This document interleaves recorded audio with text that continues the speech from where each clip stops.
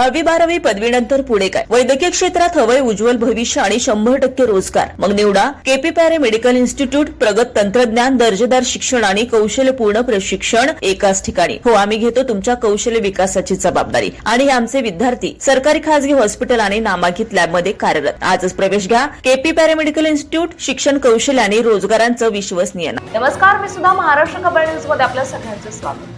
शेत जमिनीच्या वादातून सख्ख्या भावांनी आणि त्यांच्या मुलांनी मिळून एका शेतकऱ्याची भर दिवसा निर्घृण हत्या केली आहे. ही धक्कादायक घटना सोलापूर जिल्ह्यातील कामती खुर्द परिसरात घडली आहे. संजय नागनाथ शिंदे असं हत्या झालेल्या दुर्दैवी शेतकऱ्याचं नाव आहे.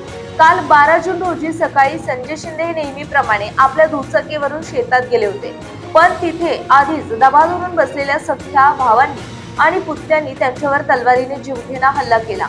हा हल्ला इतका भीषण होता की संजय शिंदे यांचा जागीच मृत्यू झाला. मृत संजय शिंदे यांच्या पश्चात पत्नी आणि 3 मुलांचा परिवार आहे. वडिलांच्या हत्येनंतर त्यांच्या मुलाने काका आणि चुलत भावांवर हत्येचा थेट आरोप केला. घटनेची माहिती मिळताच पोलिसांनी तातडीने धाव घेत मृतदेह शवविच्छेदनासाठी पाठवलाय. या थरारानंतर कामती खुर्द परिसरात सध्या प्रचंड तणाव आणि भीतीचं वातावरण आहे. पोलीस या प्रकरणाचा पुढील तपास करत आहेत.